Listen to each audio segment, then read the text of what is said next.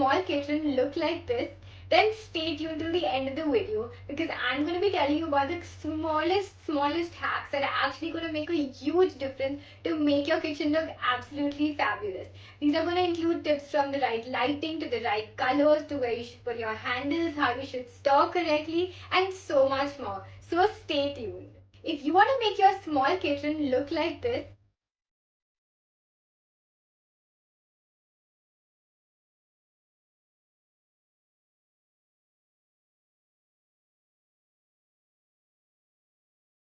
hi guys, I'm Sunny Sixeria, the founder and CEO of Little Miss Designer. If you're here to find about the tips, tricks and hacks on anything to do with interior design, then you're at the right place. If you're struggling to make that small kitchen look big, then these are just the hacks that you need to know, which I'm going to be talking about in this video. 1. Right lighting. 2. Light colors. 3. Handles. 4. Vertical storage. 5. Open shelves or glass shutters. And 6. Decluttering and organization. 1. Right lighting. Now lighting is something that goes hand in hand with colors, but first let me give you a quick brief about the lighting. Of course, if you have a lot of windows, then you're going to have a lot of natural light coming in. But let's say if you don't have those windows, you should ensure that you actually create this lighting within the kitchen using artificial light fixtures. Now coming to the color of the lighting, you should definitely go for the white color. You should use 6K, also known as the 6000K, and simply known as the white light in the market. This really helps to actually brighten up the space, and at the same time, having the white color helps you actually see the right color of the food when you're preparing for it. Now another thing about the light is the intensity, right, and the shape of it. I always recommend that you go for round lighting in the ceiling. This can be in the form of a COB or as a panel light. It's completely on you. Usually these are concealed going inside the ceiling, but let's say if you don't have a false ceiling, then you can even have a surface light going across. But make sure that it's an LED light inside that. Now understanding the wattages. This wattage varies literally from a 1 watt going up to a 20 watt going up to at least 40 watts and etc. But for a kitchen of let's say 10 feet by 10 feet, I recommend that you should be using at least a 12 watt to a 15 watt and about 4 to 6 of these at a distance of at least 3 feet between each. This will give you the correct amount of light but for your kitchen, so definitely consider this when you're choosing the lights for your. Now the reason I say to use an LED is because not only does it give you the right lighting, but it actually helps you to save energy and save that cost when you're paying that electricity bill. So it's like a 3-in-1, so why not, right? Besides for the ceiling light, you can have additional lights going under the cabinet. So let's say that you have the overhead cabinets, right? Under that, you can have a night LED strip going all across the cabinets so that when you're actually preparing something, the light is throwing directly onto that. This light color should ideally also be a white, but if you're someone who's into ambience, then you can throw a bit of yellowish white color known as a 4K. But I highly recommend try to go as much as possible for a white light throughout the kitchen. There are so many brands for the kitchen lighting such as your Highback, your Philips, Panasonic and so many. And just in case you're into smart lighting, then you can even consider that. And just remember when you're doing the lighting, right, make sure that the fan blades are not cutting the lights, otherwise a lot of shadow is going to be playing in it. There are so many brands for the kitchen lighting, right colors. Now of course, as I mentioned earlier, lighting is important, but colors are also a very important factor to make your kitchen look big.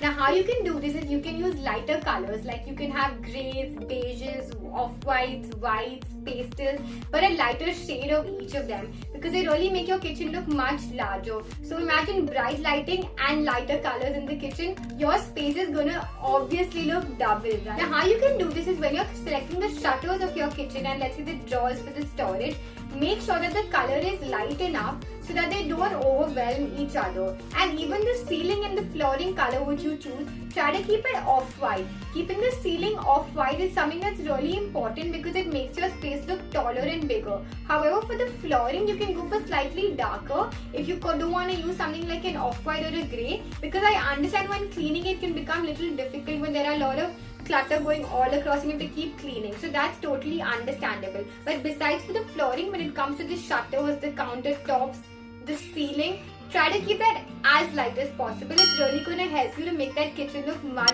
3 handles. Now of course you can go for the typical knob handles going all across your shutters and drawers. But what is the point of that? It's going to come in your way every time you're moving from one platform to the other. Instead, be smart. Use seamless and visible handles, or at least concealed handles wherever possible. These come in various forms. There are U putties, J putties, and so many profiles like that. They come in various colors too, like your white, black, rose gold, champagne gold, and so many colors. And trust me, having these handles concealed and inside really saves on a lot of space, makes your space look clean and classy, and of course making your space look much bigger and much more spacious, and definitely something you must try. So the organization that you do inside the kitchen drawers and inside the shutters is so important, even more important than how the kitchen looks outside, to make your space look much bigger. So wait till the end of the video because I can't wait to talk about it. 4. Vertical storage.